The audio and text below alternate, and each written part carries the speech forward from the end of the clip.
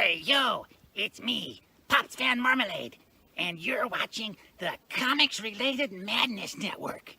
Uh-huh. So come get some. CromCon. CromCon. If you're a fan of comic books and comic book conventions, Daytona Beach Comic Con needs to be on your list of must-attend events. It's a show that actually focuses on comic books. Imagine that! This year's event is happening on Saturday, September the 6th, and Sunday, September the 7th. Silverline creators will be there, so we'll see you at the show. There's a new convention in town, and it's sure to be mega fun without the mega expense. Comics, toys, collectibles, pop culture.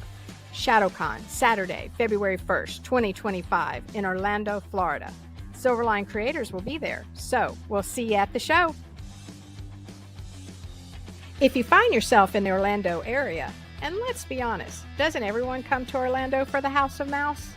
Head over to Coliseum of Comics to get your comic book fix. Be sure to check out their location on East Colonial Drive, where they carry a wide selection of independent comics, including Silverline books. Stop by and don't forget to tell them Silverline sent you. Hey, if you're an independent comic creator looking to get your comic printed, look no further than Kablam Digital Printing. They print our comics and do a fantastic job. They can even print special edition covers. When you reach out to them, be sure to tell them Silverline sent you. Hi, this is Tim TK, host of That Silverline Show on Tuesday. Join us at 11 p.m. Eastern, 8 p.m. Pacific every Tuesday night as we discuss pop culture and the joys of making comics. Hi, I'm Barb Kilber, co-host of Silverline's Wednesday Wham. Join us each Wednesday night as we discuss comics, literature, movies, and anything else that may catch our attention. I'm Roland Mann, and I host Silverline's Silver Sunday. Join me every Sunday at 8 p.m. Eastern as we make mine Silverline.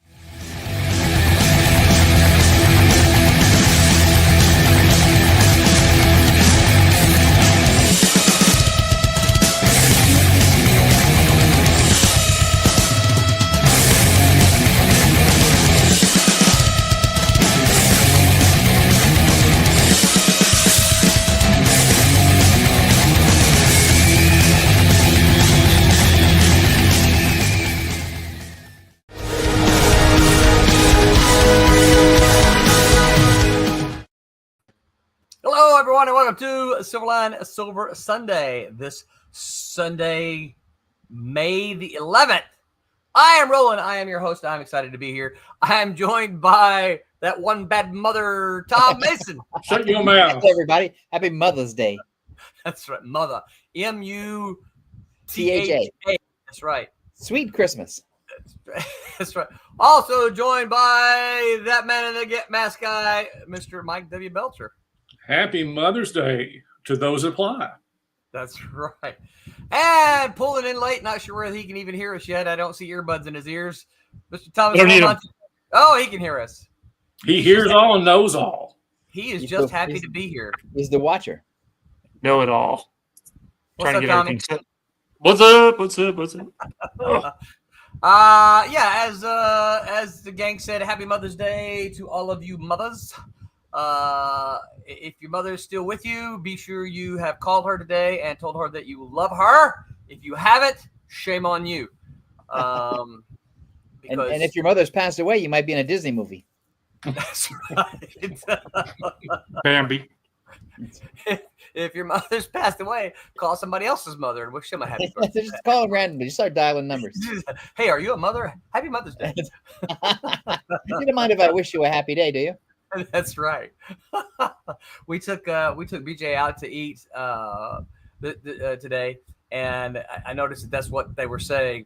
The girls who were opened the doors, who took us to our seat, our waitress, they were all saying Happy Mother's Day. I'm like, they do that at Wendy's? Yeah. Chick-fil-A? No, Chick-fil-A is closed on Sunday. Yeah, Chick-fil-A's closed today. So, no, we went to Texas Roadhouse.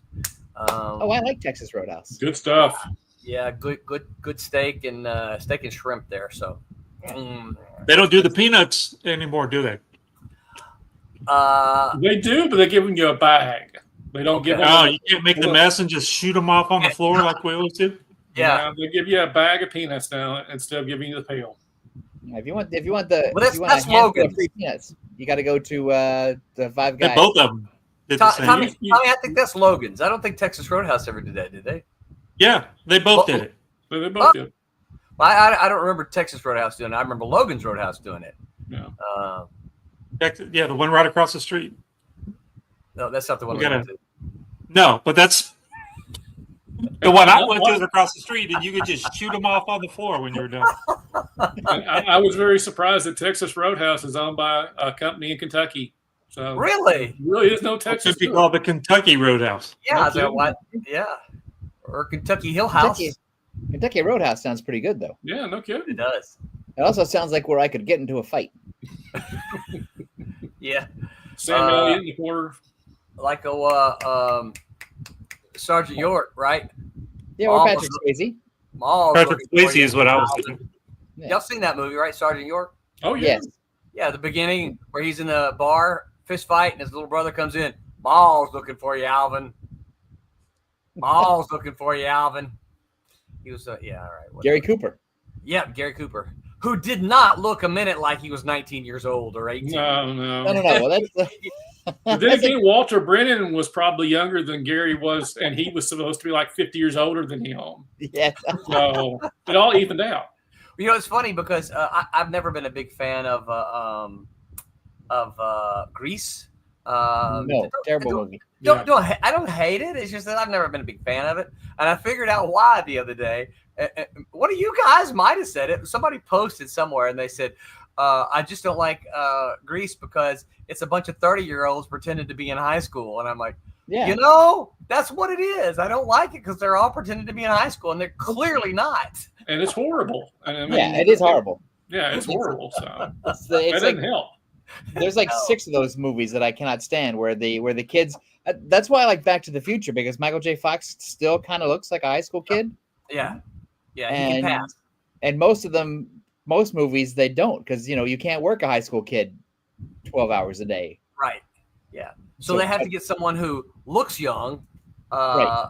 But Olivia Newton-John and John Travolta and the rest of they did not look like they were in high No, school. they didn't. And Olivia Newton-John had already had a 10-year career by that point as a music star. So there's no way I'm going to buy her being high school.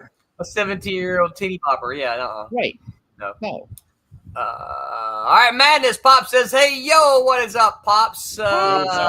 Words to spiel, Pops. I usually read that.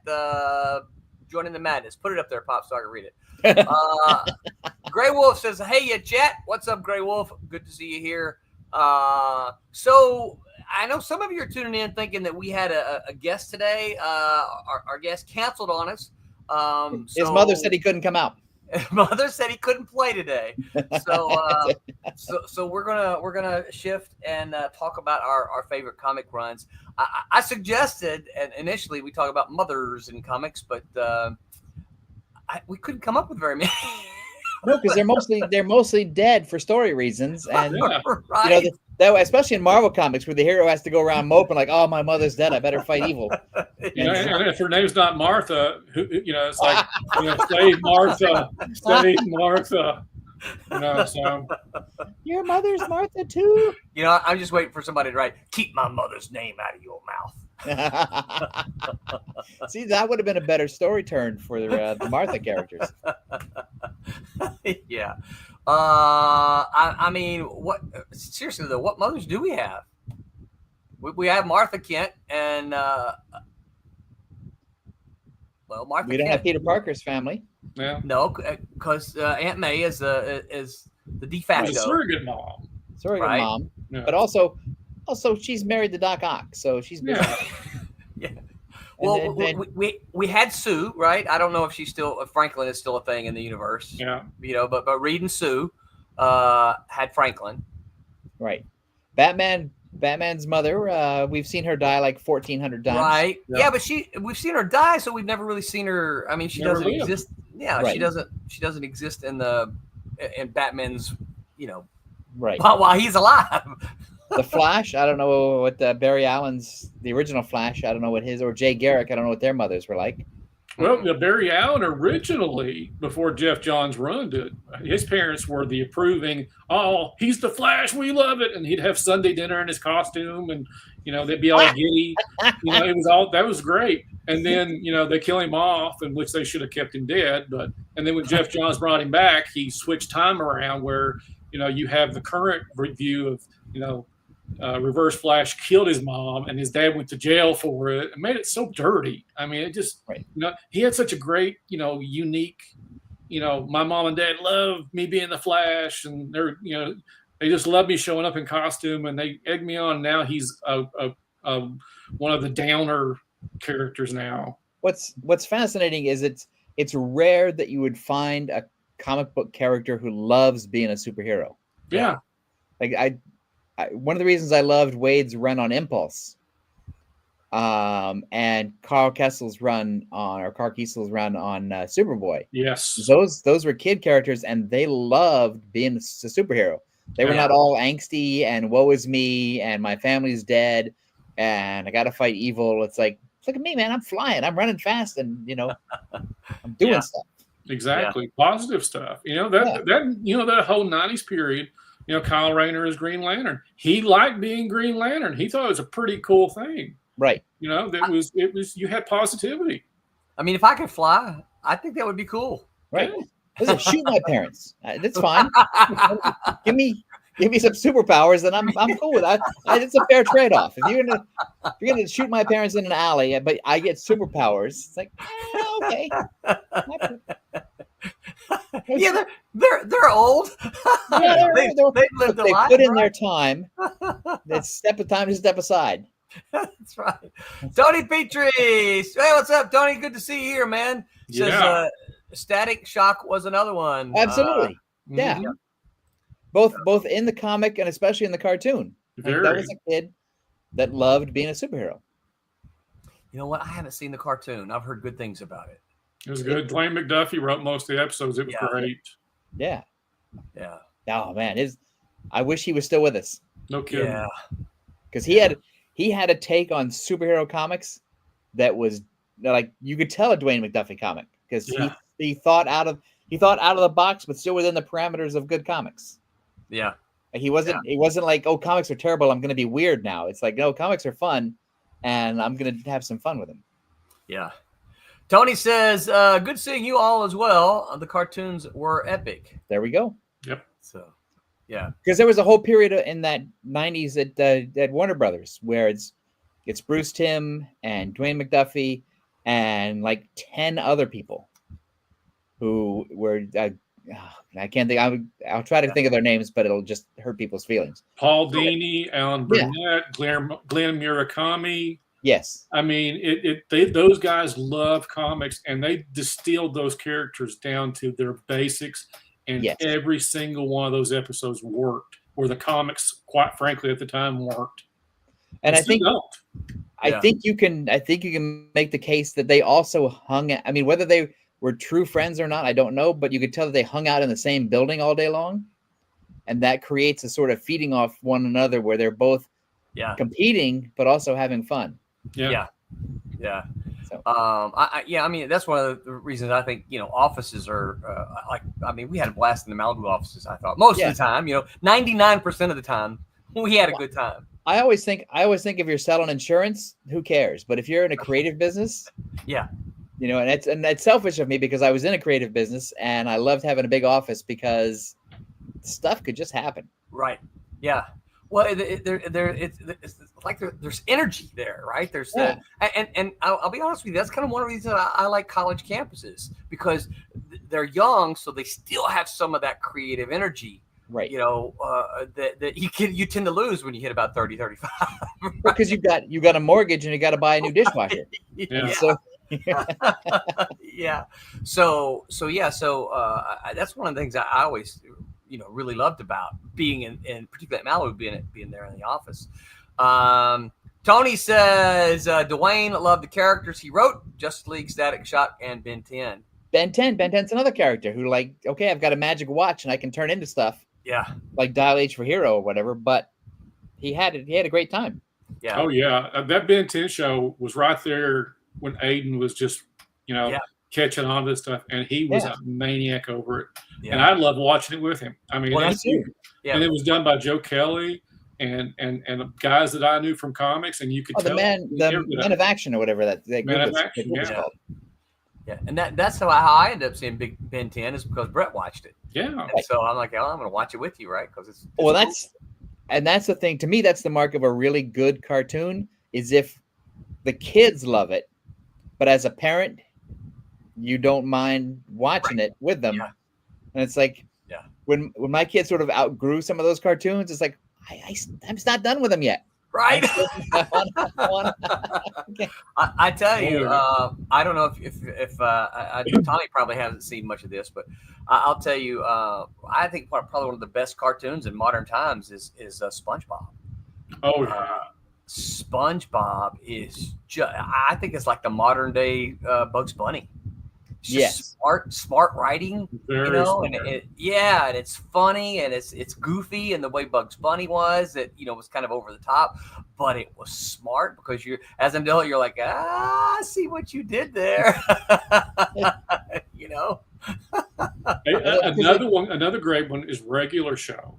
I love Regular Show. I haven't seen that one. I can binge we binge everything. I mean, we love Regular Show, and it's such a simple premise. It might edge maybe a little bit older than young kids, but like I said, I get a kick out of it. Me and Aiden still watch it. So, were there any mothers in the Ultraverse? Prime's mother and father were around, weren't they? Yeah, because we kept their parents around. We didn't kill them off. I don't think. I don't remember any other mothers though. No, Prototype didn't have parents, or if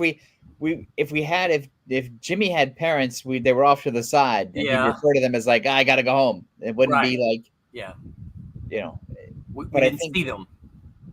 Yeah, Nightman didn't have parents. Mm-hmm. Although if he did, he'd be all angsty about it, I think. Solitaire didn't have parents. He'd break out a saxophone, right? That's right. He would have to do a solo. This one's for you, Mom. Up in heaven. And then the reader is supposed to imagine the saxophone is making a sound, right? And setting the sad scene. Well, because it has all the little musical notes coming out of the bell, right? That's right. Oh. And so you can hum along. That's right.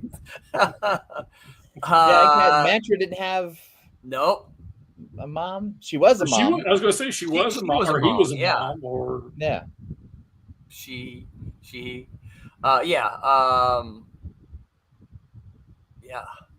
So what is it about mothers that we don't like in comic books?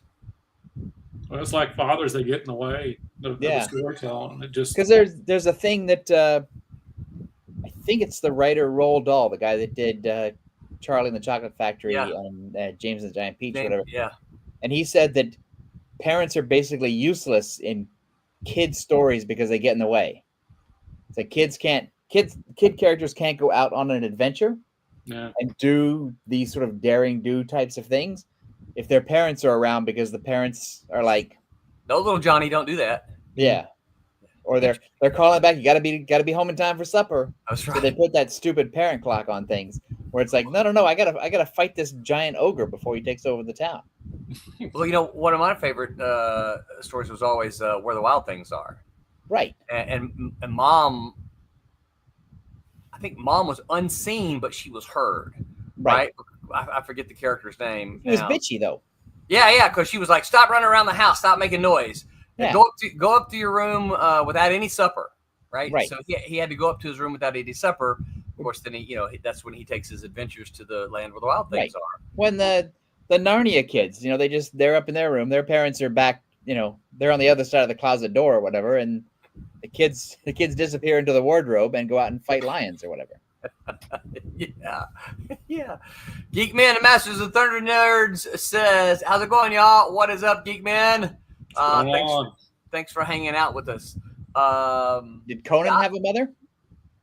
Conan did not have mother. Because they killed him, right? Conan was birthed from the earth. I think didn't the Marauders kill Conan's parents when Conan was a little boy? I think so. Yeah. Yeah. So they Batmaned his family. That's right. Yeah. and then Conan goes into training and says, that's it. I shall become a barbarian. Yeah. Yeah. Tarzan had a gorilla mother. That's right. That's right. La la na na. What was her name? I forgot. I remember it, but I forgot. Yeah. Hey, if you're out in comic shops, don't forget to look for this thing right here.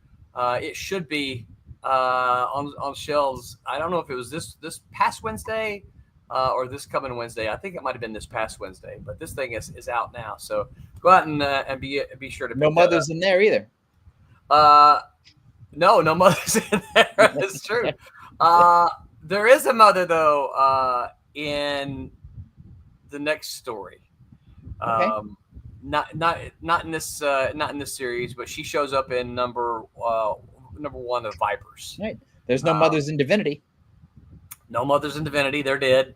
Right. Yep. Story elements. That's right. Yeah. This is Mr. and Mrs. Story Element. I'm going to kill them by page 3. Right. Let's see here. Geekman says, in comics, I always enjoyed the Nightfall storyline as well as the Death of Superman arc. All right, so that's a great segue for us to get to. Now, I didn't read the Nightfall story arc. Did y'all? Oh yeah, it was good. Yeah. It made a lot of sense, and I felt like they had structured it pretty well as far as Batman's fall, and it's like, okay, you guys want a violent, very destructive Batman. Well, here you go, and then here's Batman coming back to take back his mantle. I thought it was a pretty good up and down, very well, typical controlled by Denny O'Neil. I mean, they had Chuck Dixon and Alan Grant, and you had guys there that were just hitting every note. I mean, now they self-admitted they had to bring Bruce Wayne back faster because the sales were slipping. But that's kind of what they were trying to prove. It's like, at the time they were saying, well, why doesn't Batman kill? Why doesn't Batman, really get in there? And they answered that question. And it was like, well, here we've broken Batman's back, and here's this guy that's taken over, and he's a psychopath. Yeah. And it's kind of like, well, we're going to show you what happens. And then we'll bring him back. And so, I enjoyed it. I just reread it maybe last year. Hey, Marcus. Hey, Marcus. I was going to say, Marcus Butland, thanks for hanging out. Thanks for hanging out with us. He says No Man's Land was better. I had problems with No Man's Land. What were your problems? The idea, I love far out ideas. The idea that they basically turned Gotham into Escape from New York. I thought that was a pretty good premise. That was pretty good. I just think it went on too long. I thought that it had a pretty good beginning and middle. The end was kind of a little more protracted than I wanted. It just needed to maybe end a little bit quicker. But, it was thinking outside the box. It was at least trying something new without going back with an old story, which a lot of comics had the problem with. It's like, oh, that worked once. Why don't we go back to it?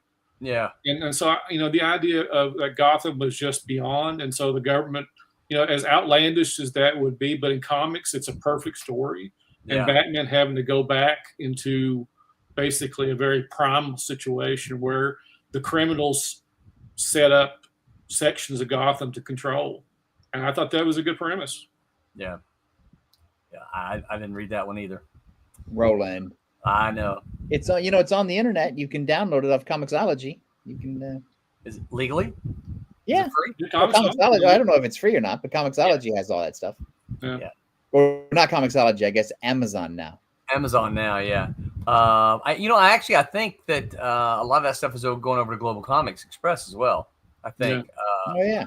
I think they're doing a lot of the digital stuff. So yeah. All right. So because this was kind of last minute, you guys just want to throw out your favorite story arcs, or do you want to take characters and talk about your favorite story? We've kind of been talking about Batman here. When I threw the topic out. When I threw the topic out, I was thinking about storylines. Sorry, we're going to talk over each other, Tom. Jeez. Let's just keep doing it. Keep doing it. Yeah. I'll shut up now, Mike. You go ahead. No, I was going to say was the idea behind story runs was the idea. It's his example, Byrne on Fantastic Four. Right. Yeah. Yeah. Guys that were on years or things that really grabbed our attention, or if, like I said, miniature, miniseries Arcs. Yeah. arcs. Yeah, I'm good with that. I think. Do you want to talk characters, or do you want to talk? Tom's got. I think we can do either one. Well, I like Batman Year One because it was not standalone. It was within the regular issues. Right. Yes. And it felt like somebody was doing something new, but it also felt old at the same time. So it was like, and it was stuff that I think as fans, we sort of sit around the table going, I wonder what that was really like when, his first year or whatever, because it sort of glossed over in comics up to that point. And then Mazzucchelli basically emerges from nowhere. Yes. And it's another one of those things where you can see through the 4 issues or whatever, you can see Mazzucchelli start out kind of a little bit rough, kind of looking too much like Frank Miller. And then all of a sudden, he's Mazzucchelli. Yeah, because he had inked Frank Miller for a while. Yeah. That's where I first heard his name. He was inking Frank Miller. I think it was on Daredevil, wasn't it? I think he was. I don't remember where he was inking it. I know Jansen did Miller and Daredevil. That's right. Yeah. Yeah. Didn't he ink Miller just before he took on? Well, the way I remember it, you had Miller and Jansen there for a while on Daredevil, and then they left, and then along the lines, Mazzucchelli just started just along the lines of along the levels of Daredevil. I can't remember which issue, but he was working with Denny O'Neil, just odd writers, and it wasn't until Miller came back to do Born Again. That's when they got to working again. They started working with each other, I should say. So all right. So my question then was did Daredevil precede or? It was before Year One. Yes. Okay. Yeah. All right. And so that's where I saw Mazzucchelli or Mazzucchelli. I don't know how do you say it. Is it Tom? You said Kelly. I always said Chelly. Yeah, but I've never actually heard it said out loud by people who know, so I don't. Yeah, I don't. There's a video of him at a college teaching a course, and someone asked him how he says his name, and he says, "Well, how most people say it is the way you say it, but around my family, you have to say it like Mazzucchelli." Mazzucchelli. I was gonna call him David. Yeah. Yeah. So I'd seen the Daredevil stuff before, and that's part of the reason because I didn't buy a whole lot of Batman, so that was part of the reason I wanted to buy the Batman was because I really liked what they had done together on Daredevil. Yeah, Tommy, what about you? You got a favorite Batman run? No. He's a Spider-Man guy. I know. Yeah, but I don't even have a favorite Spider-Man run. All of it. I think probably, and I've struggled to find a favorite Batman arc for me because I just, I liked Year One. I did much later read Court of Owls. I read it in the collected volume, and I thought it was pretty good. It wasn't great, but I thought it was pretty good. So I guess for me, I can't think of anything about Batman that just makes me go, "Oh, this is a really great story arc." Well, I can, but I got to go way back into the Old Man era. Okay, which is that's fine. When Denny O'Neil was writing it, and Neil Adams was sort of drawing 2 out of every 3 issues or whatever, and they introduced Ra's al Ghul and his daughter Talia.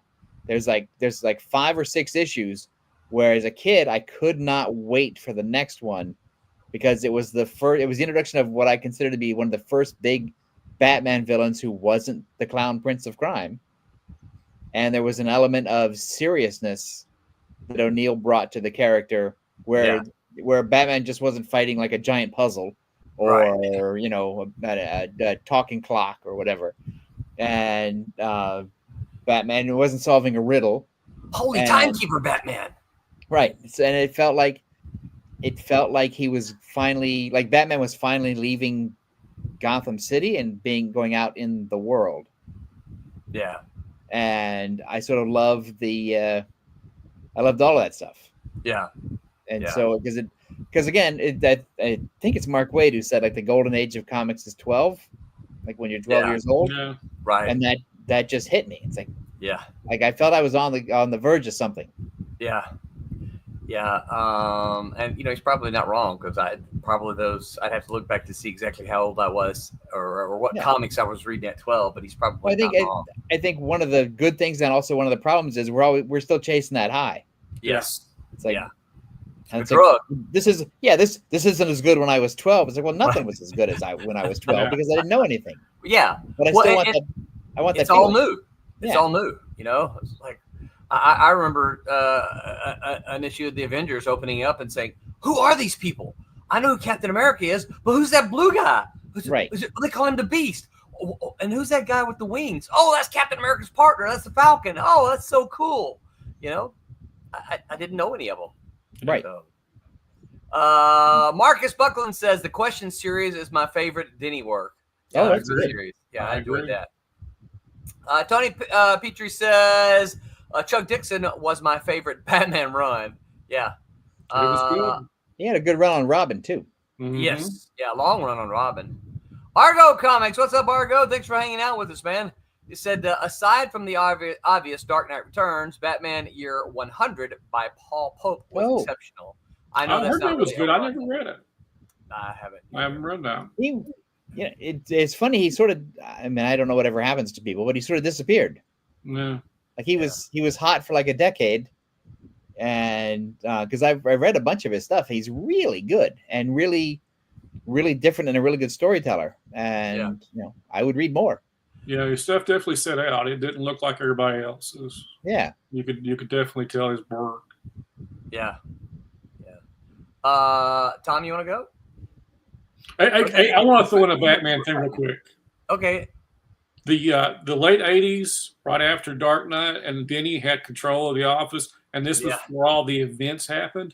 Right. Alan Grant and Norm Brayfogle on the main Batman title. Yes. I think it is talking about being 12 or whatever. I was older than that, but that whole era, most of the big Batman villains I never got to see because they were long created before.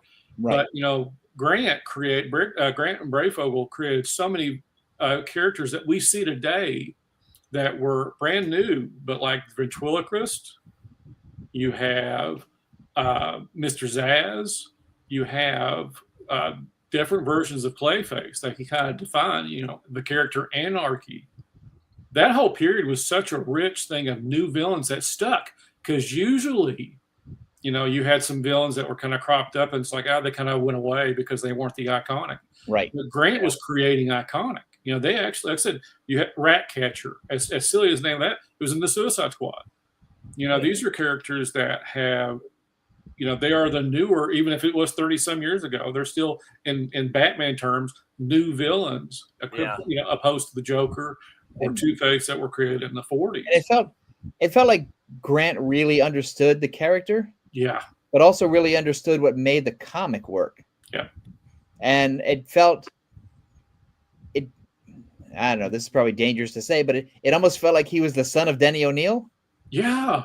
I could see that completely, just the way it was structured. Yeah. Yeah. Marcus says that's a great series. He does a lot of variant covers now. I guess he means Paul Pope. And then, Mike, he agreed with you. He said Anarchy. Yeah.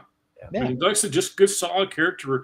It was, you could see character work there. There was things there that was just not, like I said, the ventriloquist is a brilliant character. I mean, the idea of this criminal genius who works through a puppet. I mean, it just, and then he's sympathetic at the same time. And that's what you want in a villain because he's insane. He's obviously insane. And like all Batman villains, you kind of feel maybe a little empathy, but at the same token, he kills people, and that's something that can't be tolerated. So I mean, I said that whole period, Brayfogle did some pre-image. I mean, some of the imagery that Brayfogle did it's astounding. I mean, I've been a long time fan, and he's sorely missed, but that period of time was beautiful. Yeah, and also, I mean, my memory is a little fuzzy, but it was a time at which you kind of wondered where Norm was hiding because the stuff that he'd been doing for First Comics, I think he was doing Whisper. At first, it had some energy, but it didn't have the Batman energy. And then suddenly you see him on Batman. And it's like, It's a shame he's not around anymore because I would love to ask him, okay, here's where What you happened? were. Yeah. Here's where you ended up. What happened? Where did you what did you do? What did you learn? How did you get what there? switch was Yeah. flicked? Yeah. Yeah. Because I was at as a panel at WonderCon where they're talking about Will Eisner, and this is where Mike will get mad at me. But they showed the first page of the first Spirit. And it's like, well, that doesn't look anything like Eisner. Like that looks like a kid drew it. And you wouldn't look at that and go, oh, this means great things are coming ahead. It's like, Right. it doesn't mean that at all. It looks like the first Dick Tracy panel or whatever, which is just like children drew it. Right. And then all of a sudden, like within 4 or 5 years, Eisner becomes like Eisner. And it's like, I asked the panel, I said, does anybody know what? Did he study? Was he under somebody's tutelage? Did he just practice like crazy and put in the hours or what? And there was like, no, he basically just did the work. Yeah. Yeah. And, Well, it is but funny it's an that amazing transformance. you say that. Someone posted they found in their grandmother's attic the all winners, like number 8 or 9 or 10 or something like that. Right. They had the Submariner on it from the 1940s, right? Submariner, the Human Torch, Captain America, and you look at it and you go, you look at the art. And I don't remember who did the art. I apologize, but you look at it, you go, that looks like it was drawn by someone in high school. Well, the thing is, though, there were no comics prior to that, so there was no comparison. No.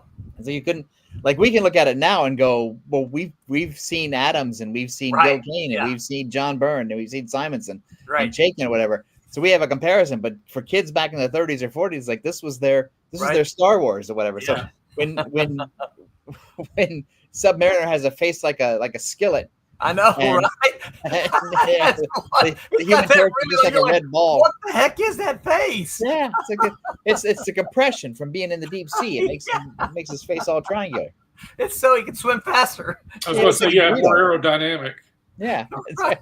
He leads with his chin, though. Yeah, he does. You could chop a steak with that pointed chin. I know. Yeah, so I don't know who it was, but it was funny. Yeah. All right, so I'm gonna go indies. I think one of my favorite runs, and I don't know if it does count as a run or an arc, but I probably 2 of them because they're pretty close to each other. Is Dave Sims' Jaka story, right? It's in Cerebus, but then also Church and State. I just think those are good. Those are fantastic, and it's one of the things that I think every independent comic book creator should read them. I mean, it's an aardvark. It's an aardvark with a sword existing in a human world, and it is just the things that he does. He talks about. He gets into politics, and it's a love story. Jaka's story is a love story, and it's good stuff. And it's another one of those things that when you first read Cerebus at the beginning, it's like, well, you can't. I mean, it's just a parody of Conan or whatever. Right. It means nothing. I mean, it's funny and it's well done or whatever. Right. But then all of a sudden, you get 20, 30 issues into it, and it's like, whoa, what happened? This is becoming something. Yeah, I know. And anytime I recommend Cerebus to someone, that's what I tell them. I said, look, here's the deal. If you buy the phone books, you got to understand that the first couple of issues, they're all just a spoof of Conan. And it's clear he's starting off just, because Conan was popular back then. And it's like he was just making fun of Conan. But somewhere around, I don't know, issue 5, 6, 7 or something like it, he begins to develop his own thing. And it becomes a thing of its, in and of itself, not just the Conan spoof. It was really good. Again, I don't want to speak for him because, he'll show up at my house. But the thing is that I think with anything, parody sort of runs out after a while. Right. And you run out of things to parody without repeating. And so you've got to, and as you learn to tell stories, you got to go off in like a real direction at some point. See, he made that promise early on about doing 300 issues. Right. And nobody wants 300 issues of a Conan parody. No. So at some point you've got to realize, well, I better make this into something. Yeah. Yeah. By those 2 storylines, him and Gerhard were hitting it. Yeah. I mean, it was such a beautiful book. I Yeah. mean, and then it's just, like I said, the sophistication of it. I mean, bam. Yeah. All right, Marcus. So I'm gonna call you out here now. You say indies, and then you just name a different, several different titles. What runs? What stories in Mage? What story in Grendel? What story in Concrete? Not the entire series, but what arc within those sing out to you? If you can only pick, I don't know, arc 6 issues, something like that. If you can only pick one, and I will say something, probably an unpopular opinion here. Never liked Zod. Well, I liked Concrete when they killed his parents, and then he fought crime. And he what? What? What did you say? They killed his parents, and he became more. I said I like the arc where Concrete's parents were killed in a dark alley, and then he vowed to fight crime. I will do a disclosure here. I have never read Concrete. All right, so Marcus says, well, here you go. Think like a mountain. It's what you're going to read. Concrete. What you The thing about Concrete, now this will get me in trouble too, is that when I first started reading Concrete, I wanted it to be like Ben Grimm. I wanted it to be because I have limited intelligence with comic books, and so when I see a creature made out of rocks, my rock person is Ben Grimm, the Thing, right? And that's what I want. I want solo Ben Grimm. And Concrete is not that. Concrete is like a really thoughtful, reflective, smart, self-debating comic about good and bad and all the other stuff. Right. And so if you come at it from I want the Thing, it's kind of a disappointment. But if you come at it as I'm looking for a really alternative comic, Paul Chadwick is doing the work. Yeah.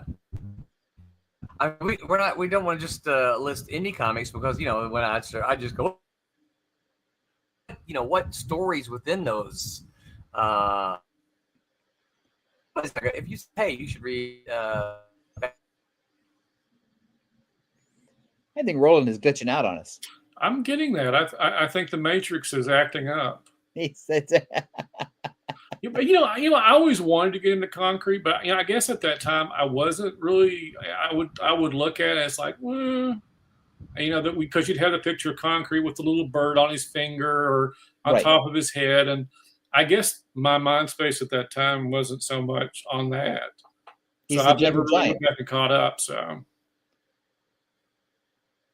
maybe it was too independent of a comic book.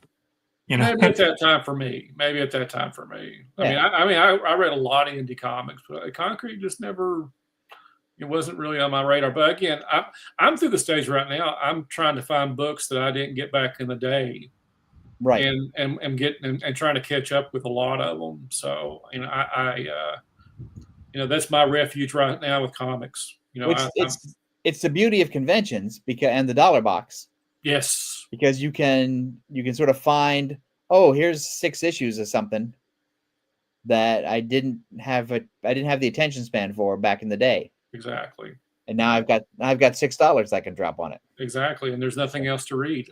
Right. So I'm more than willing to give it a try. And like I said, I've got a nice little laundry list of books I want to, Oh, I have that too. I have an app on my phone, and I just keep typing in stuff as I find it and keeping it in alphabetical order, so that as I'm flipping through the quarter box or the dollar box or whatever, it's like, okay, I'm just gonna pull these things out. Yeah, that's joy. Yeah, the joy of it. We gotta love it. Because there's an issue. Yes, I've almost got a complete run of 6 from Sirius by Doug Mensch and Galassi. Oh yeah. Which I don't know if it's good or not. I've got the other 5 issues, but I can't wait to read it and find out. So I'm on the hunt for the. Well, you're gonna laugh. You're gonna laugh at this. So I heard the dollar box stuff, and I agree completely. That's one of the things I love about the dollar boxes. I've always Airboy, but I never read any. Sometime last year, I bought all 50 issues of Airboy. Wow. Yes, I got them for a steal too, but I bought the entire thing, so they're on my. But I'm missing. It might be 50. I'm missing because later they came out with like I may not get my numbers right, but they did like 1 to 50, and then sometime later they did like a 51. Yep. I'm missing I think 50. So, but I found them all in the dollar box, and I got a great deal on them. And that was a fun way to take a dusty old thing and make it feel like it's modern, even though it's set in the the dusty world of the past. Right. Yeah. So anyway, yeah. Sorry about glitching out. I guess it's my internet here. I have no idea what's going on.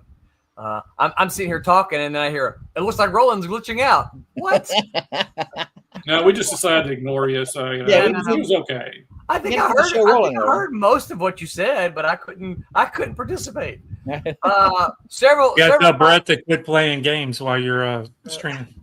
All right, several comments here. Let me catch up on. Tony said she and also Bone for me. Tony, like I said earlier, be specific. What she and which Bone? I think they're both. Marcus then says Grendel's Devil's Odyssey. Yes, quite good. And it says Mage, the final arc that Wagner just finished. Okay, so there you go. That's even like real recent stuff. Argo said, I started on Cerebus, but didn't stick with it the same as I did Love and Rockets, discovering that at about the same time. Love Concrete and got a character pinup from Chadwick at a con. Like I said, you gotta. Cerebus is one of those that, and I hate when people that tell me about anime. Like, yeah, I tried to watch the anime. Oh, you need to watch through the first season before it gets any good. I'm like, why would I watch an entire season? Yeah, wasn't any good to start. It wasn't any good. Yeah. Yeah. So I get that's kind of what I'm telling you, Argo. But those first five or six, something like that, they really are just kind of a parody of Conan. But then they get good. Right. The thing, and also you can read Jacka's story and Church and State separately as standalone. Yes, you can. You don't have to read the previous issues. You can pick those up and jump in, and you're already caught up. Yep, 100%. Yeah, that's one of the beauties I think of the phone books is that he's reprinted them as you can get just Jacka's story, you can get Church and State, you get any number of them. I will admit I've read all but like the last 4. And I don't have 2 of them. I own 2 of the last 4, but I haven't read them yet. I think Sim was quite innovative with those phone books. I mean, the idea to keep everything in a collection. I mean, that was at that time. You didn't have a lot of trades, and the idea that he knew it was going to be hard, maybe to find these issues that maybe were selling 2,000 or 3,000, maybe at best, but keep out these phone books that were cheap and very accessible. Yeah, and you could read whole storylines. Yeah, because by the time I started reading Cerebus, the first issue came out in like 77. It was not until 87, 80, 89, something like that I even heard of Cerebus, right? And so you're looking at 10 years worth of independent comics. It's not like saying, hey, I need to go find Spider-Man number 72. Right. I need to find Cerebus 1 through whatever it was. Yeah, no, that's going to be hard to do. Yeah. I wonder what the initial print runs on those phone books were. Oh, not a clue, but most shops during that time had them. I mean, that was something. That's how I got them. I mean, they were accessible. Yeah. Yeah. Now they're on Amazon. You can get them on Amazon. So I'm hoping that's Dave selling them. But it's funny because Sim predates what Vertigo used to do with the Sandman stuff, because Sim was like the innovator who put everything in, like keep it all in print. Like I'm not gonna reprint issue 29. I'm not gonna reprint issue 42 or whatever. I'm gonna collect these things in the phone, and then the phone books would then help sell the current issues as they came out, because you could get caught up. And if you wanted to learn, if you for some reason you wanted Cerebus's backstory or whatever, here it is. Yep. Oh, Argo says I did read the first 2 phone books of Cerebus. Oh. Okay. Yeah. So that's before it gets really good. It's like a Netflix show. You got to wait till episode 7. Right. Well, so here's the other thing, though, too. Though, if you think about it, right now, I don't remember. Did Dave Sim do anything before Cerebus? Fanzine stuff. Okay, and a couple of little self-published Canadian things. So you guys chime in if you disagree with me here, but I think a lot of times creators need some time to figure out how to make comics. And back then it was because everybody wanted to go work for Marvel and that was kind of in my childhood. Everybody wanted to work for Marvel and DC who wanted to do comics, right?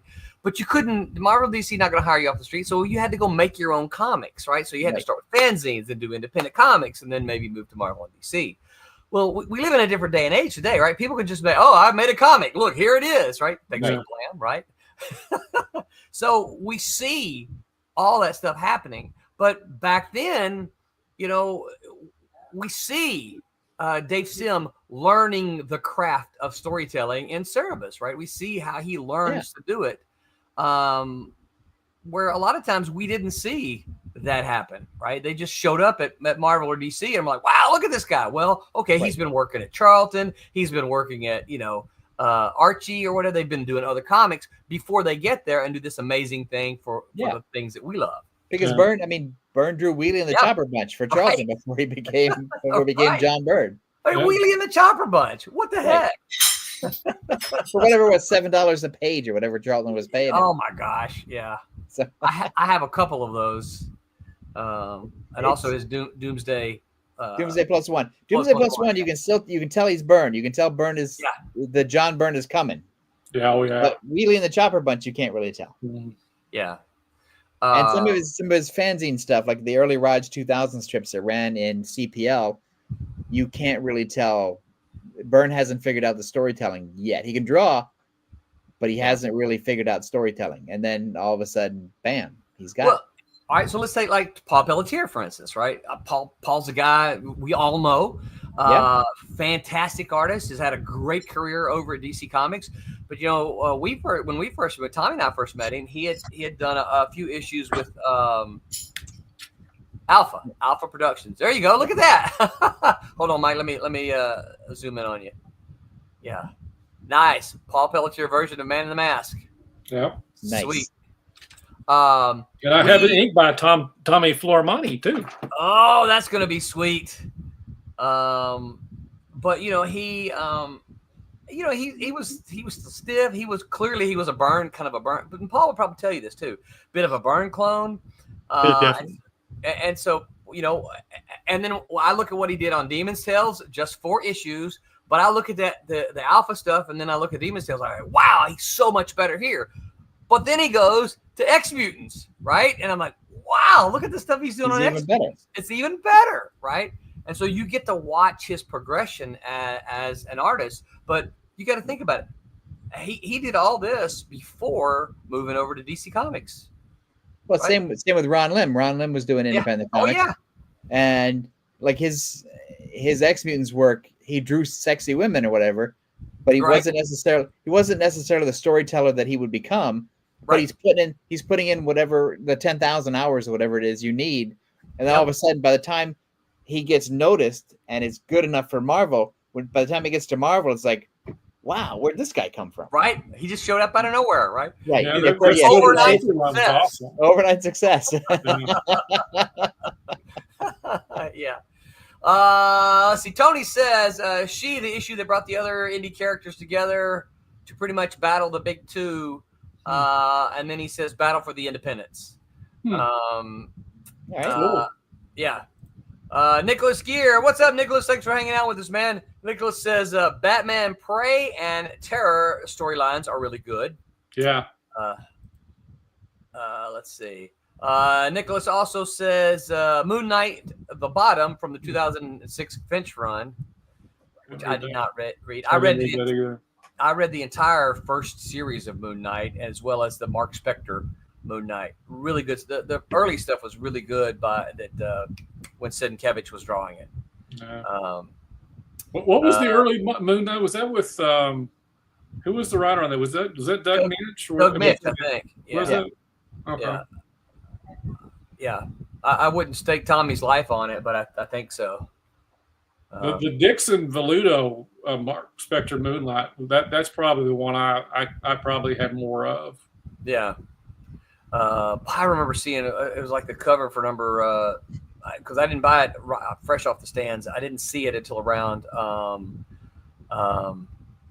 7 or 8, and it was one of those covers. It was that wolf cover with the big eyes Oh yeah. yeah. And I saw that and I'm like, ooh, that looks cool.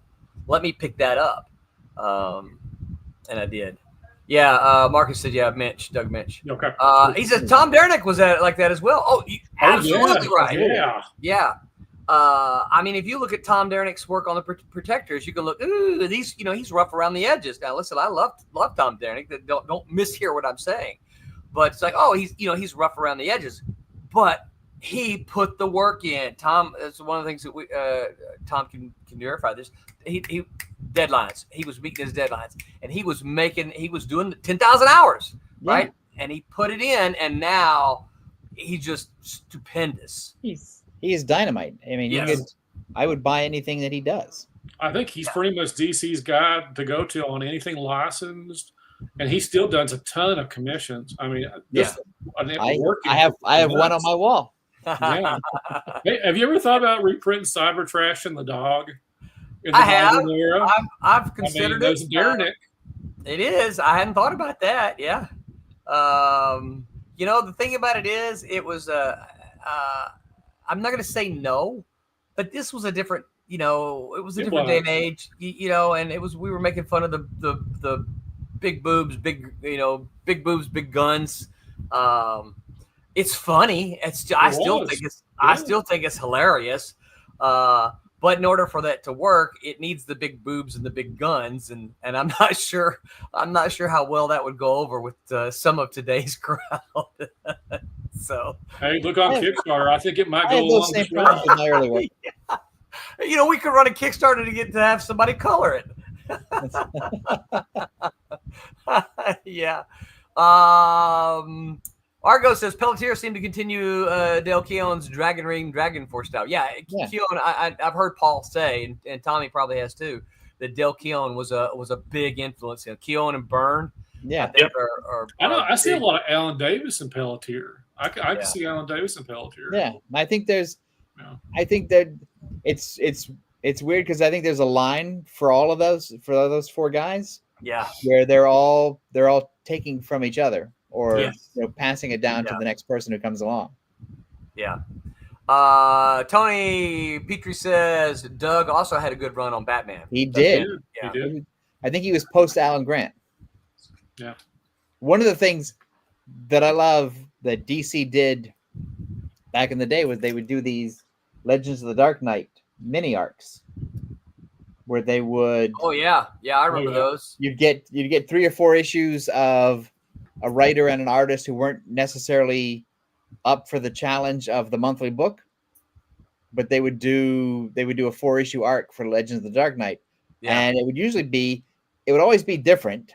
It'd be like, what if Batman had a horse or whatever, or, fighting this villain or whatever.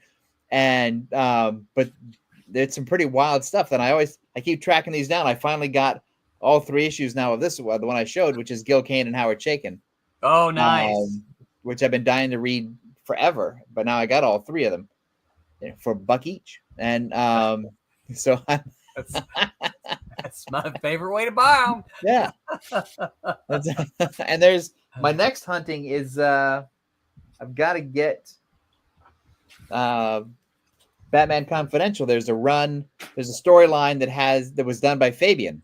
Oh, cool. Yeah. And I've got, I think it's 5 issues. I've got like 3 of them now. So I got to get the other 2 because I hate reading 2 issues and then I have to stop. Oh, because I'll forget them by the time I find the missing issue. So I gotta set them aside in my hovel and wait. And I could, it's so stupid. I could order them. Yes, you could. And they could come to my house or whatever. But that's the fun. The fun is going to the box. Yeah. And not knowing what I'm, it's like old man treasure hunt. It's well, what am I going to find? And you're Indiana Jones getting that gold thing off of the pedestal when you finally get stuff. Well, that's exactly right. I'm sitting there going, woo. Yeah. I think one of your funniest comments on one of my pictures is I don't remember who I don't remember who took the picture, but there was a picture of me and Barry Gregory, my longtime friend and Tommy's partner. We're standing there side by side looking through the back issue boxes, right? And your comment was something like, got it, want it, need it, got it.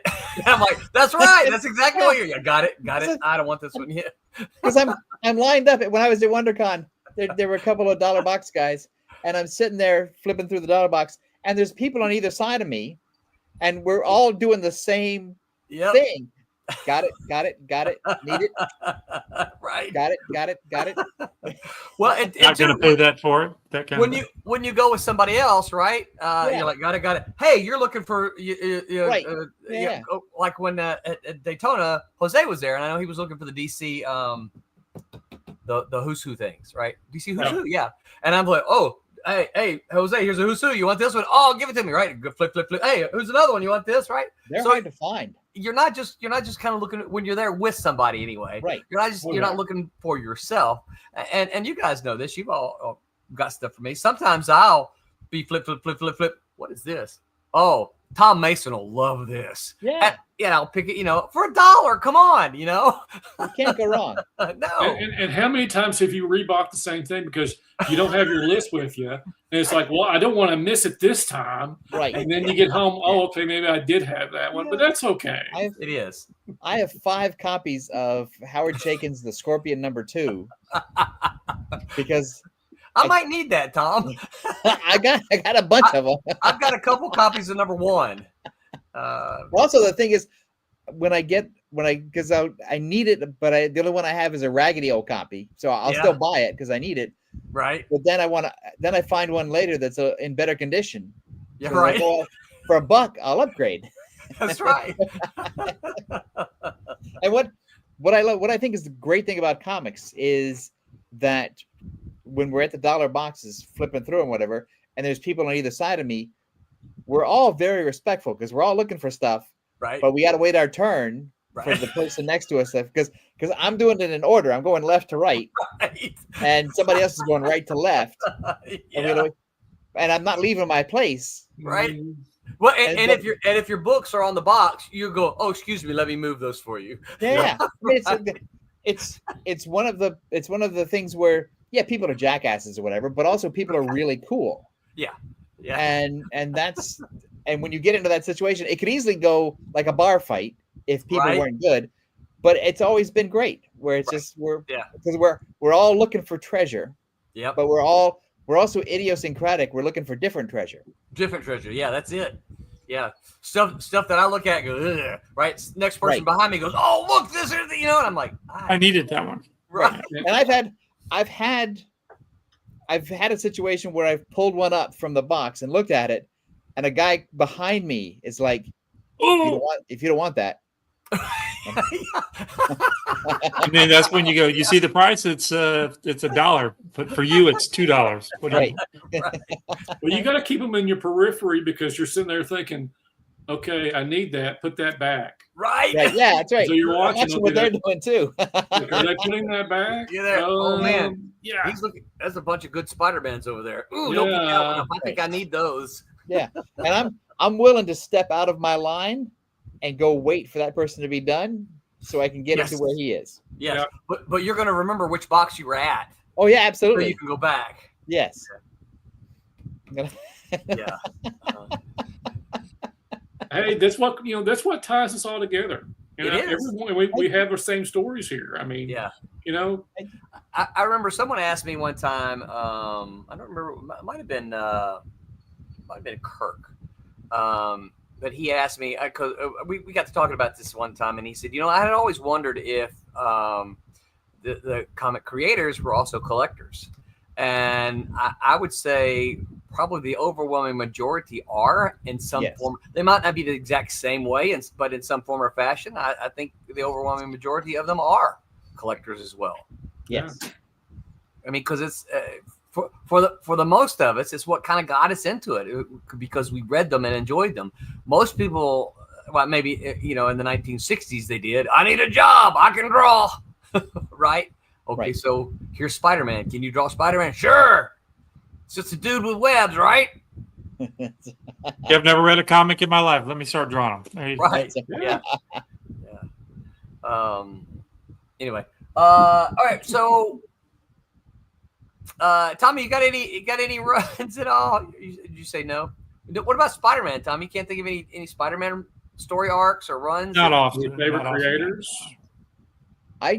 I'll for Spider-Man, for me, I know this, we're going back into old man territory. Yeah. But I really like, there's a part in Spider-Man in the early issues, the Ditko issues, where Spider-Man starts to become something bigger. Yeah. And it's no longer in the early issues, it's like that weird soap opera where Peter Parker can't get a girl and Flash Thompson is, going nee, nee, nee, and J. Jonah Jameson is yelling at him or whatever. But then later on, when the Green Goblin comes in and it becomes really sort of soapy, but also there's something in Ditko's art that gets stronger. There's something in his storytelling that gets stronger because he's putting in 10,000 hours doing a superhero script. Yeah. And there's something about the stories where they're starting to get deeper, and Spider-Man is starting to feel less like goofy superheroes and start to become more serious. Yeah. And I like where that's going. Yeah. I think for me, for Spider-Man, I think Romita Senior's run was just fantastic stuff. Ring-a-ding. Ring-a-ding. The especially Captain Stacy storyline when he ends up getting killed accidentally by Dr. Octopus. And then the line he says as he's dying, Spider-Man's holding him in his arms, and he says, "Take care of her, Pete." And it's like, and you're shocked as a kid because this was before all this. Now it seems like this is one of the things that I complained to BJ all the time about this. I said, why do all of these TV shows, they just reveal, let me just take my mask off and reveal my secret identity to everybody in the room. It's like, right. No, that's part of what made, for me, part of what made Spider-Man so special. Nobody knew his secret. But isn't the death of Captain Stacy, isn't that Gil Kane? Yeah, I think so. Because it wasn't too far, and Gil did the death of Gwen Stacy, didn't he? Or I don't know. It was in a close. It was close to proximity. Both the Stacys died in pretty close proximity. I think Gil was doing Spider-Man by then. Yeah. I think Ring-a-Ding Romita had left. All right. Well, this clearly is not telling me. Because I remember this, and again, it's probably my fuzzy memory, but I remember the scene where Peter Parker is holding Captain Stacy in his arms. Yes. And that feels like a Gil Kane nose up sort of thing in my head, in my memory. Spider-Man number 90, it says.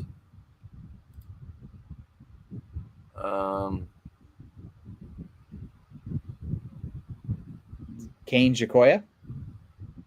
Kane Romita, it says. Kane Romita. There we go. Yeah. Kane. Yeah. Woo! I still got it. Man, Tom, you go.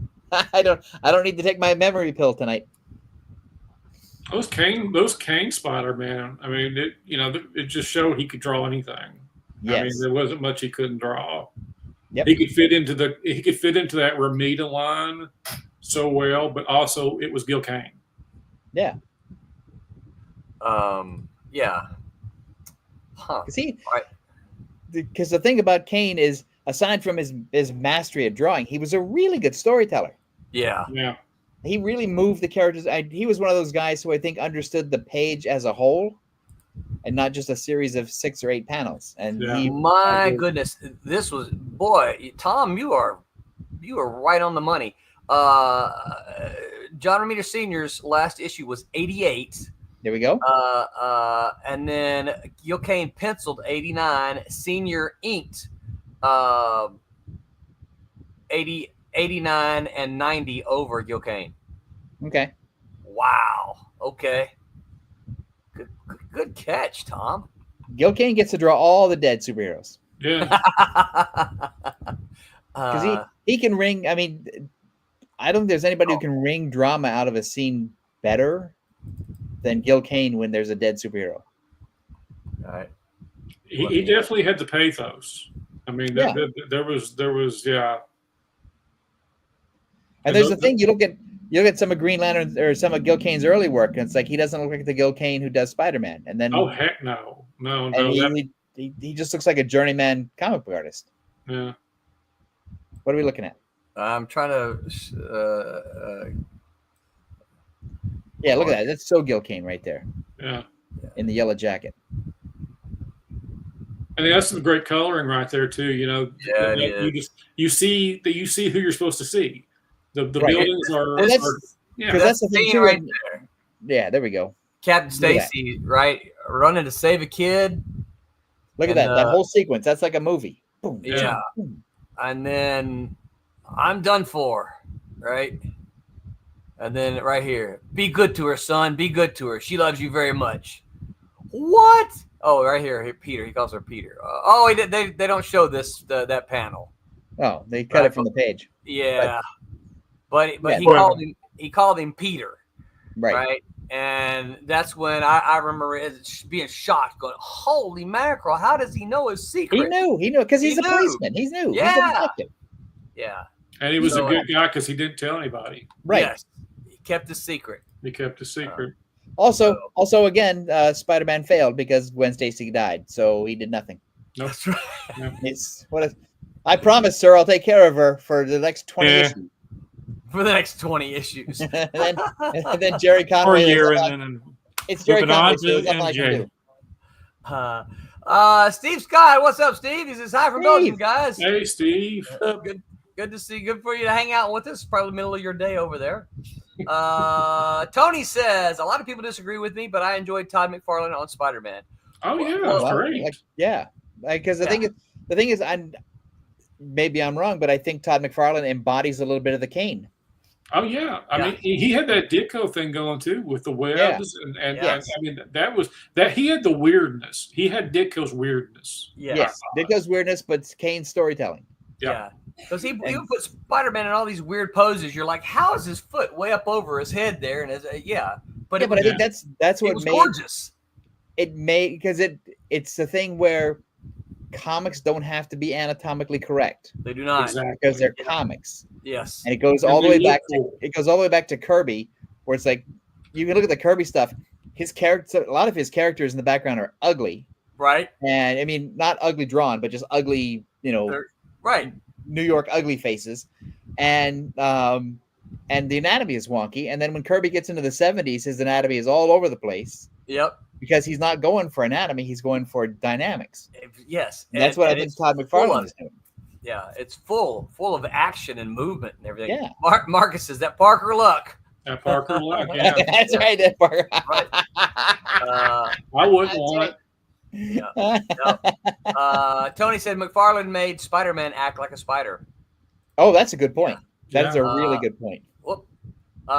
Grey Wolf says, I saw a great video the other day about Sean McDowell interviewing Rob Liefeld. Not sure if any of you have seen it yet. Have not. But Rob's on a tear these days. He has opinions. He does, and he's always He's always fun to hear, fun to read. The thing, Fun to the listen thing to. about Rob I like is that, right or wrong, whatever criticisms you want to level at him, that fine, go ahead. Is that he really he loves comics, He does, and he lives comics. He eats and breathes comics. It's like job number one, and Yep. he knows stuff. He's got anecdotes. He's got stories. He knows Mhm. weird, wonky history of comics from Yeah. the golden age or whatever. And there are not many people like that. No, and from what I can tell, and I don't know him well, but from what I can tell, a lot of the barbs and stuff that are hurled at him just kind of roll off his back. Yeah. I mean, the fact that in the latest Deadpool movie they had Liefeld's feet, whatever the shop, it's Yeah. funny, but it didn't seem to bother Rob at all. Also, if you're going to make fun of my work and you're going to put it up in a sign in a hit movie, They're the right. worst things. yeah, I'm okay with that. right. Go ahead. Yeah, because think. All right, so in the comic book circles, everybody's like, ah, ha, ha. But you think of all the people outside of comic book circles. They're like, why is Liefeld's feet? What is that? What is there Right. about that? They're going home and they're googling Liefeld's feet. right? So they don't know Right. that. Yeah, good for him.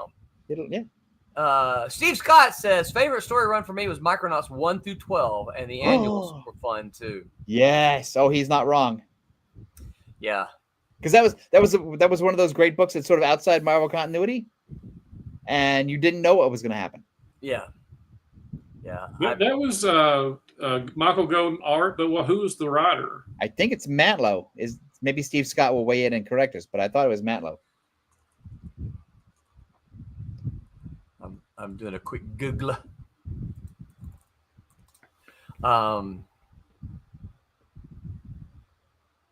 Yeah, because during the 70s and 80s, some of those Marvel offshoots were better than the modern stuff. You know what they were doing. Yes. I mean, Well, so you didn't. Bill Matlow. Yeah, there we go. I'm 2 for 2 tonight. There we go. My memory is on fire. Woot. Yeah. You know what? I missed that one. I that's just I'm aware of it. I know what it is, but it's not something. It was outside It's of good my. because Golden is also one of those guys who, at that time, was not like a Marvel artist, Yeah. and so he was doing stuff that looked different than regular Marvel, and it felt like Micronauts was sort of way off in this little pocket world. Yeah. So I loved it. Stephen Scott is correct. Yeah. You know, I will say this. I didn't like Byrne's run on the Avengers the first time around. I just didn't like it. I didn't like mostly because I didn't like what he did with the characters. Heretic. What's that? You're a heretic. I know. Yeah, I know. That's what I'm saying. But the thing about it is, I enjoyed all of his stuff on the X-Men, and I really enjoyed his run on Fantastic Four. Oh gosh, yeah. Yeah.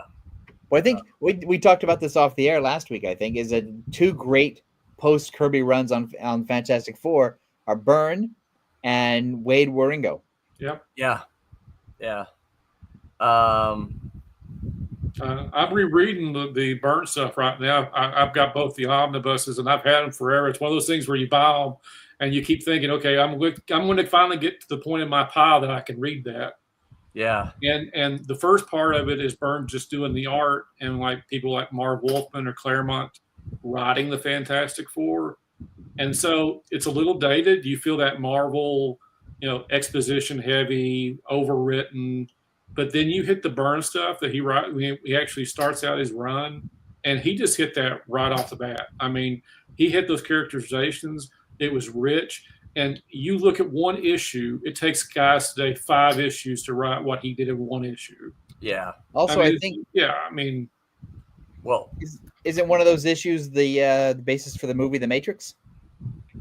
If it is, I haven't got there yet. But the All one right. I finished last night was about Ego, the Living Planet. And you have this whole sequence where they've landed on Ego. They've had to go through his ear. The thing is the only one that can survive the pressure. And there's like a half a dozen things going on, and it's done in 22 pages. And it's a great story. And he just moves on to the next one.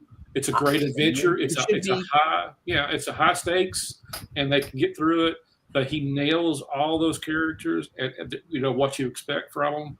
And again, they win at the end, but there's always something left over that might come back at them. Yeah. Well, you should be coming up to the one with the Matrix storyline.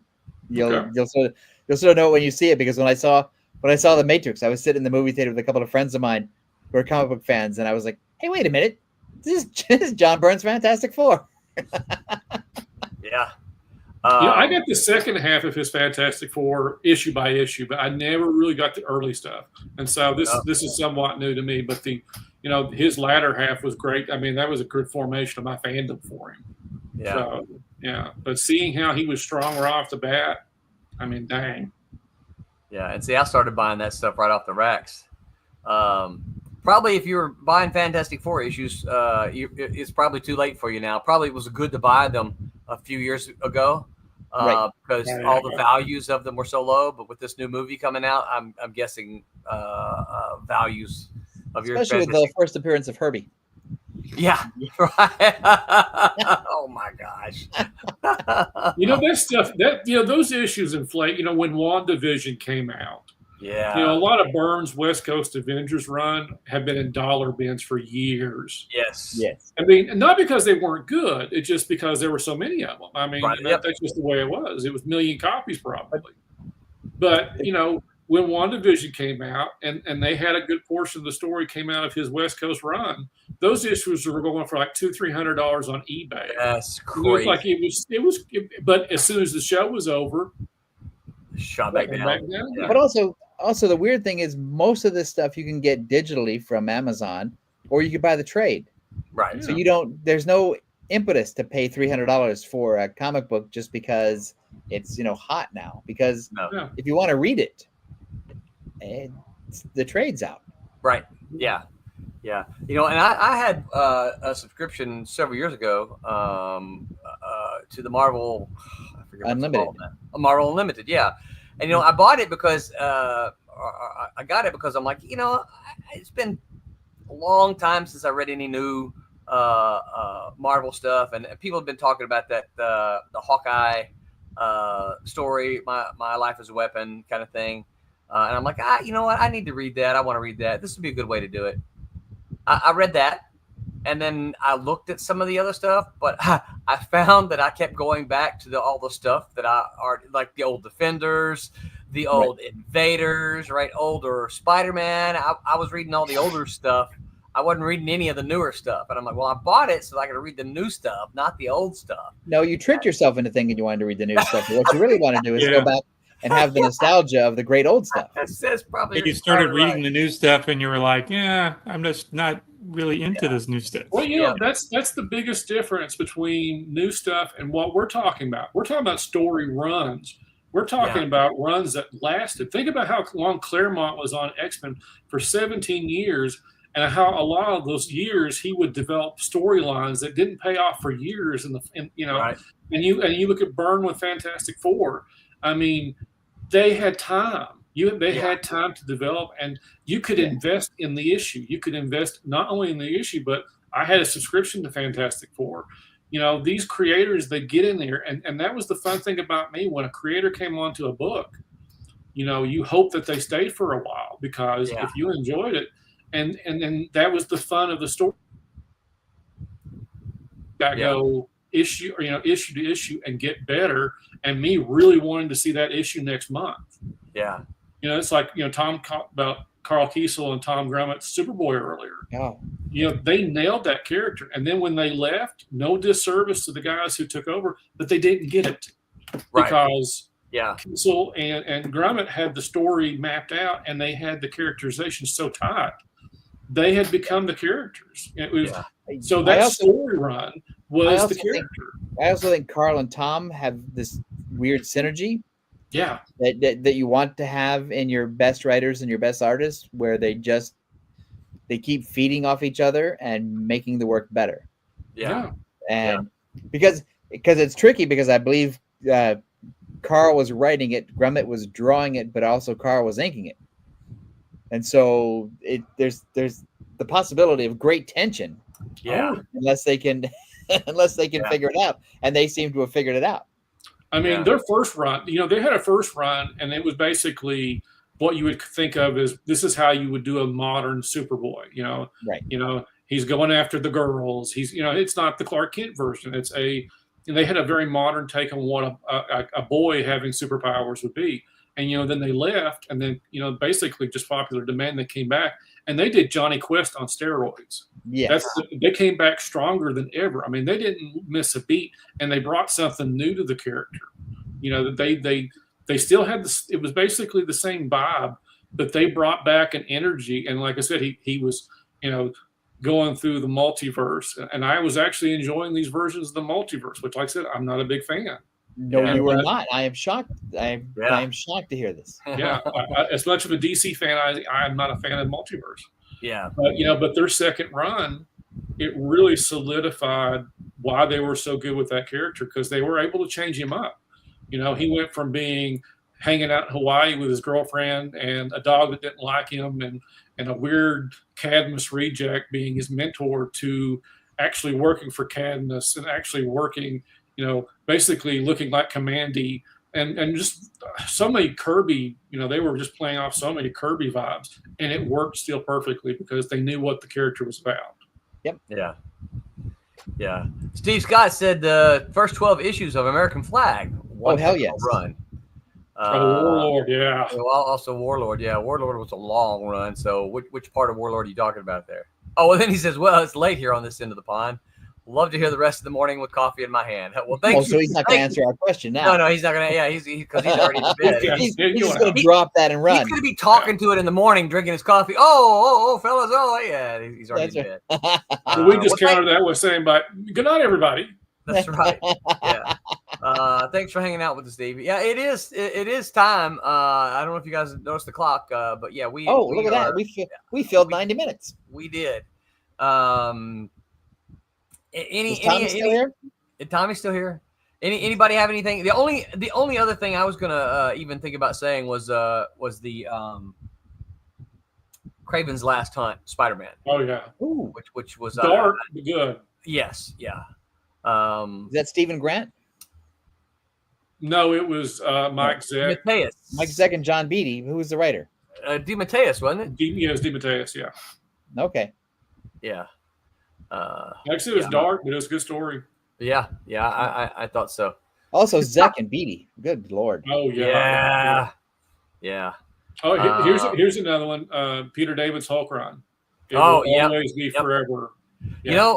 I will say this. I bought Hulk on and off, but I never could get into the Hulk. But when Peter David was writing it, I bought all of them. Yeah, and it was the top of the pile.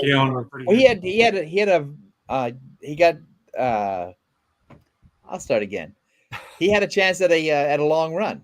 Yes. And so it was several years, I think, wasn't it? Yeah. Where he could lay out some groundwork and follow up. Yeah. Peter David always, y'all were talking about the setting up a story and then, some sort of plot thing. And then later on, 3 issues later, he would pay it off and you would go, he said that 3 issues ago. That's right. Yeah. Well, a lot of the writers are like a baseball pitcher throwing 3 balls at one time. Right. Yeah. And they're trying to set you up. Yeah, trying to set you up. And it's some of them are really brilliant at it. And then I think as a reader, for me, when it 6 issues later, when the little thing finally pays off, it's like, I feel a sense of accomplishment for myself as a reader, because it's like, I got it. I see it. I see where that came from. Right. Yeah. There's a couple other comments here, but one I'm going to toss up is RJ Williams says, "Am I late?" You can rewind. You're late like a Neil Adams comic in the 70s. RJ, if you'll wait about 5 minutes, all you got to do is hit the little refresh button up there, and you're not late at all. It'll go all the way back to the beginning for you. You can relive time. That's right. Okay. It's been a fun night. Lots of fun. Any news? Anybody going to do a show between now and next Sunday? Mm-mm. No. I don't think I am either. No shows here. Nope. Oh, we are planning. Well, here I'll talk about this. On Tuesday, that Silverline show on Tuesday, going to talk about creating a realistic fantasy setting. The gang discusses how you can write and draw a realistic fantasy setting in comics using methods like guards and many others. I don't know what that method is, so I'm going to have to tune in to see what that's all about. You need elves and trolls, though. That's right. On Wednesday, there's going to be a launch party. Woohoo! Kayla's Achilles has landed number 3. The Whammers celebrate Silverline's longest running title with the release of Kayla's Achilles has landed number 3, which is number 7 in the entire story. Join them and get your pennies ready to support the campaign. It will be launching on Wednesday. And next week, we're going to talk about couples in comics. Who works and who doesn't and why. Clark and Lois, Peter and Gwen, or is it Peter and MJ? Ben and Alicia, the Silver Sunday crew will discuss couples in comics and which ones work and which ones don't. I think Walter and Louise Simonson work. Oh, man. That's comic royalty there. First family, right? I think so. Join us, and you guys all be thinking about, you guys in the chat there, be thinking about your own comic couples so you can contribute. And Bag of Glass joined us as well here. Thanks for hanging out, Bag of Glass. Good to see you here, guys. Last chance before we call it a night. Nope, I'm out.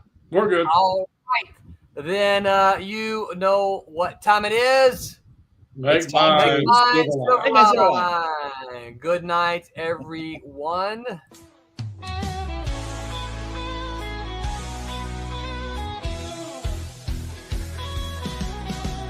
Click on the tube and feel the vibe. Every show you crave right here live. Heroes and villains clash in the night. Madness Comic Network sets it right. Scroll through the list, find what you need. Epic battles and fast-paced speed. From capes to cosmic space delight. Tune in and watch your favorites ignite. On Facebook, share the thrill so grand. On X, the buzz across the land.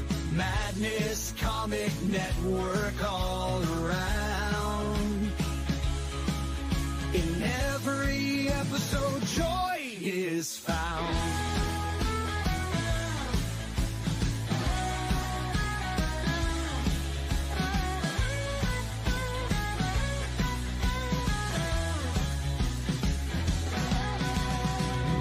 Uploads, they never end. Superheroes and their friends catch every twist and every turn.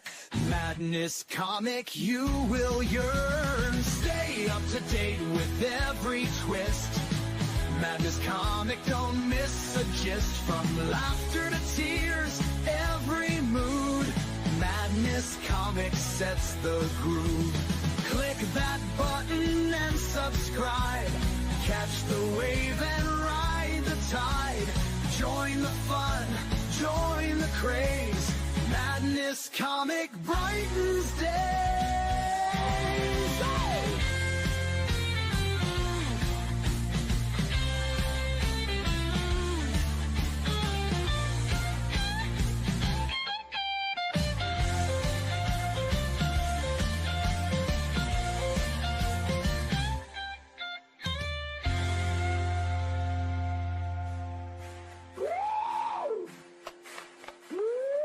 New uploads, they never end.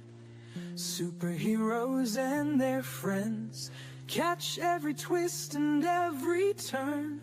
Madness Comic, you will yearn. Stay up to date with every twist. Madness Comic, don't miss a gist. From laughter to tears, every mood. Madness Comic sets the groove. Click that button and subscribe. Catch the wave and ride the tide. Join the fun, join the craze. Madness Comic brightens days. Hey!